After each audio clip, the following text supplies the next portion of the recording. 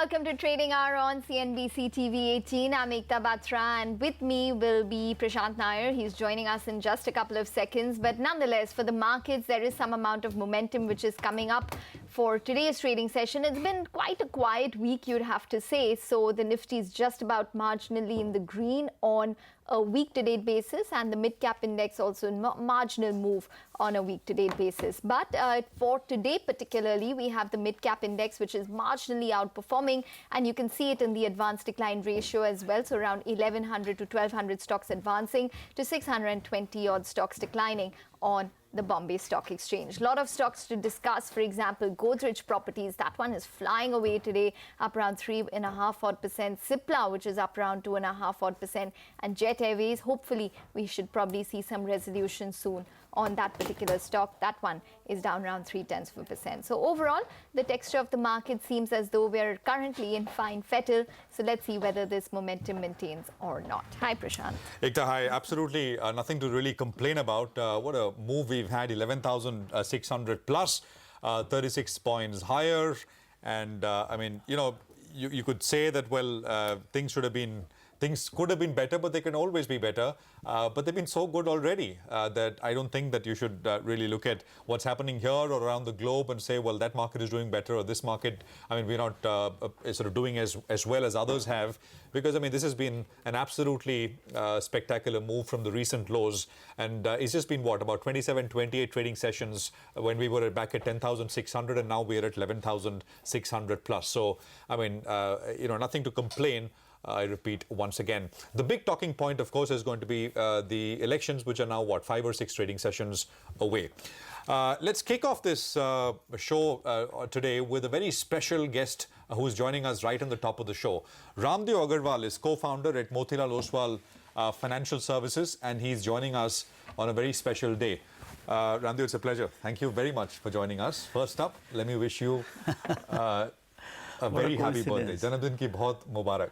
Thank you. Thank you. It was such a coincidence. I want to also ask you how old you are today. Guess? About 45. Very good. Maybe about 22. So I've completed 62. 62, wow. Yes. Wow. Yes. But age is just a number, right? And you've been investing in the market since what age? That's a good question. I mean, 23. Okay. So at the age of 23, first time I bought a stock. Right. And that was in 1980. Right. So it's, when you think of those days, going to somebody, I remember in Wadala, and standing in outside complete darkness, pitch dark, trying to see somebody who will tell us something. And mosquitoes were biting, and still you're waiting. You don't know when that guy will come. 8 o'clock, 8:39, we're hungry. And then that guy turns up, you meet up with him, and the idea he gives, it turns out to be the biggest disaster. Oh my God. Which is that first stock you bought? See, first stock I bought with my own conviction. That was Semi India, which is now that construction company. Okay. They call it, I think some Thai companies have taken over. So I mean, it's still around, basically. it is around, but that time it was a British company, Right. Semi India, Pile Foundation experts. Right. And I bought it $15, and 2 to 3 years time it became more like 51, 52. So, and it was completely my research because the room partner was my auditor of the company. So Wow. I could understand, get the balance sheet, and so that was one. But when I went to the expert, Right. he gave me Kohinoor Mills, Right. which went bankrupt in next 2 years. So it's an early lesson. Yeah, in listening you have to fend for yourself, and you have to learn how to invest, how to Are look you at going the to companies. retire at 65? Are you No, going to I think stop the investing? best years are ahead because investing is not like another entrepreneurship, because you can be a Google entrepreneur and at the age of 25 you can be multi-billionaire. Investors you will never find like that. The stock market investors will take 20, 25, 30 years to become a billionaire if you're lucky. Yeah. Because it's a power of compounding. You start from X number and it has to grow to Right. 100x or 200x, but that takes time. Right. There's no magic of explosion. You said B with a billion, right? Billion with a B. Billionaire, not... Huh? You said billionaire, right? Yes. So, but you can be entrepreneur social media billionaire at the age of 24. Oh, absolutely. Absolutely. But you investing cannot is be a longer stock term. market billionaire Yeah. at the age of 30, 35, 40. Very, I have not heard anybody. It's your birthday. Are you going to recommend a stock for your birthday for a no, just Let's talk about recommend. here and now, Ramdev. Yes. How are you feeling about the market? And last time we spoke, you were sounding a bit more downbeat about prospects for the market. And what a turn in sentiment we've had, what a turn in prices we've had. What's your view now? Yeah, so that proves how right I am about short-term movement of the market. Perfect, example. So, I mean, it feels very nice because as you're just saying that I think 11,600 was the index, isn't it? Yeah. So that kind of index, our NAVs are also close to 4-5% below the all-time high. And there is always this election thing where manifestos are coming, promises are coming again. Foreigners are pretty bullish about India. They have kind of scored record in terms of in 1 month how much they can pump. They're showing the capability. If you do the right things, I can do 30,000-40,000 crores in a month, that kind of thing. So, but I didn't think domestics are that convinced in terms of investing. They've been net negative or kind of flat. They're not showing the kind of enthusiasm foreigners are showing. So maybe they can see macro and we can see the micro. There is some disconnect in the conviction level of both sides of the investing community.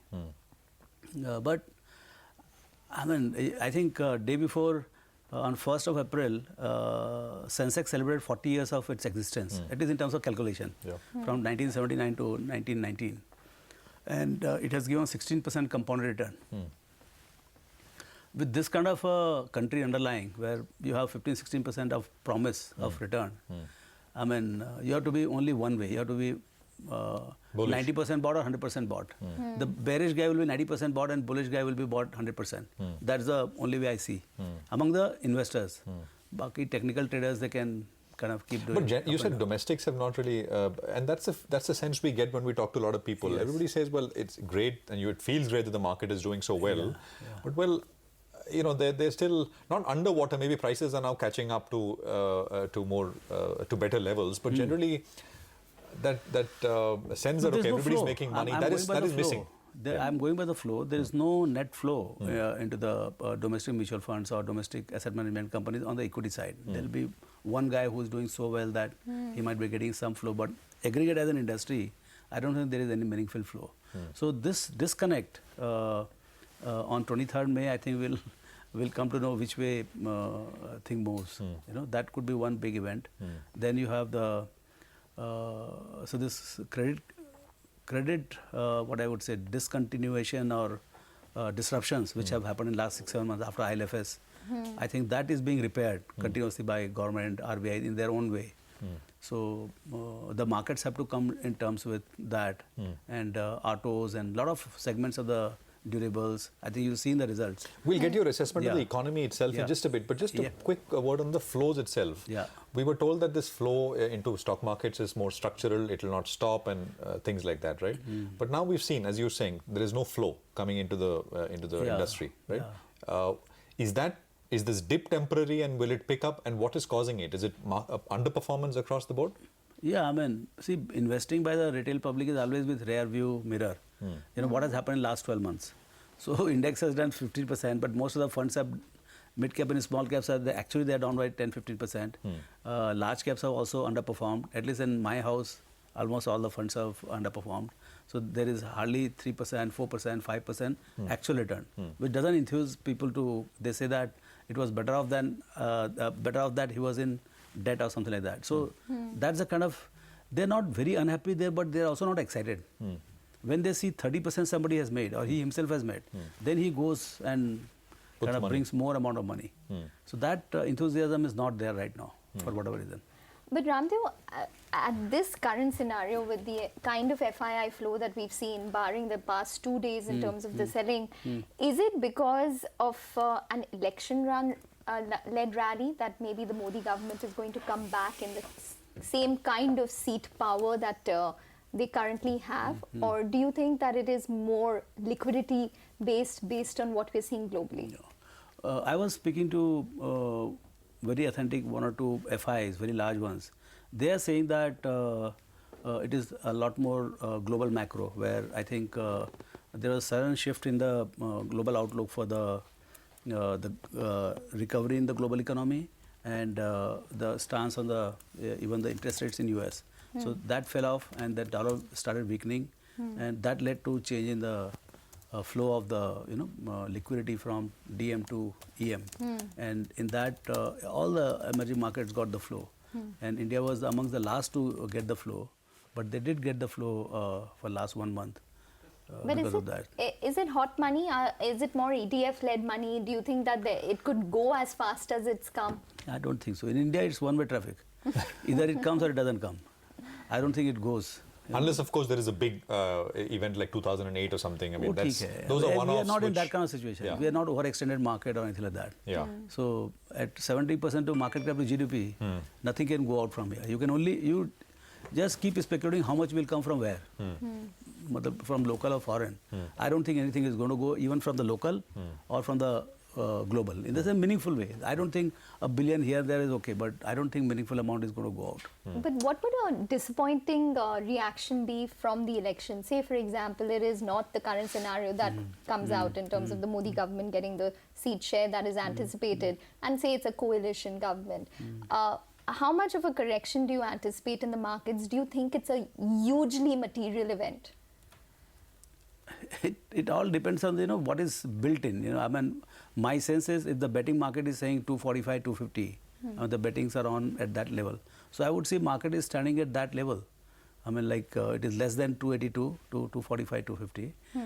But there is also a segment of society which says that it could be even significantly lower than that. And there are some people who are saying that it can be higher than 282. Maybe a small minority, but that is there. So that's how the payoff metric is built. The equilibrium is set at, maybe bulk of the guys are at 245, 250, NDA coming. There are some segment of society which is saying that it could be say 5-10%. They are saying that it can be 300 plus. And there could be maybe 10-15%, 20% guys who are saying it could be 210, 220 types. I've not heard significantly below that. But if by chance bypassing everything, if it comes to 150 or something like that, market will definitely get a shock. Or if you get 350 or 325, because in this kind of social media, impacted voting population, 1 or 2 speeches around the election time can swing things by 3-4%, 5% votes, and that how it translates and how the opposition gets kind of humbled. You don't know, So, but as of now, I mean, the market is pricing in the NDA. I would say about 245, 250. Not BJP as alone, strongly as it was in 2014, but in a pretty reasonable way. That's what the data is the saying. data is showing us. Yeah. Okay, and of course, I mean, if there is a wide variation on the higher side or lower side, then the market will react and can react significantly. But I don't think it's a make or break in life. Right. 5-10% up and down, and you're fine. Okay, fair enough. Yeah. What is your assessment of the underlying economy right now? Lots of concerns that there is a growth has slowed down. I mean, quite significantly. When we talk to companies, you talk to a certain section, paint companies, etc., you get a different picture. But then you talk to other companies, autos, for example, have been indicating to us that there is slowdown and it might last for some time. What is your assessment? Yeah, so, this is a very diverse country, with so many diverse industries, services, weather, festivals. So, I mean, you cannot have one indicator. I mean, one of the things one is relying on is the GST collection. So you saw bumper GST collection for the month of February, which you received in March, 106,000, which is for actually 28 days. So effectively, you are saying is that there is a lot of technical refunds, etc. So so I could be wrong in that. Yeah. But still, whatever you get to see on the headline, 106 is like a very bumper number. So that is not supporting the weakness in the autos and all. So maybe some other industries are doing very well. Maybe services are doing very well. I mean, you are taking on the face value. I'm saying that okay, 106 is right for 28 days. So effectively, you are saying 115 or so for the March. So, so it's not that everything is very bad. Clearly, auto numbers were like two-wheelers were 20% down. I think it must be history's one of the worst March number. So that shows that there is a weakness in the autos. And whenever, see, auto is a reflection of a lot of things. It's a consumer durable at a top end and consumer not such a big durable at a low end. 50,000-60,000 rupees motorcycle and all. Sure. So if there is a slowdown there, so there is a, I don't know, what does it say? I mean, a lot of experienced people, they say that just before the election, every time it happens like that. I don't remember anything like that. But they say that, and immediately after election, it comes back. So let's hope that's the behavior. So, Ramdev, you know, the key concern is about stocks such as Maruti and Eicher. The Eicher used to be at 30,000. Maruti used to or went close to 10,000. Now it's corrected significantly. The key question we get from retail participants is, should I buy Maruti now? Should I buy Eicher now? Let them, I mean, see, I will say, see, I am not sold. Okay, and I'm not getting money. If I get money, I'll buy. But see, the investor will make money with his understanding. What is his understanding? He should go and figure out whether Maruti's franchise is broken permanently or is it a growth slowdown temporarily. See, growth cannot continue at say 15% forever, every month, every quarter, every year. There will be ups and downs. Sometimes it will be 25%, sometimes it will be minus 5%, 10%. So, but markets will keep aligning with the short-term movements of the growth. But competitive position of the company remains same. Today, even in this month, whatever cars are sold, the market share has not gone down. If it is 50%, then one out of two cars is still Maruti. So if somebody wants to buy a car in this country, out of two guys, one guy will be Maruti customer. So that's a basic argument for buying Maruti, that the strength of the franchise, the growth, but markets are extremely sensitive because 50% of the valuation is for the growth, broadly. So when growth outlook is high, you tend to get high P multiple. When growth outlook in short term becomes low, you tend to get lower P multiple. So right now you're getting lower P multiple because what you get to see on the ground that there's no growth. So let's not give exorbitant valuation for high growth.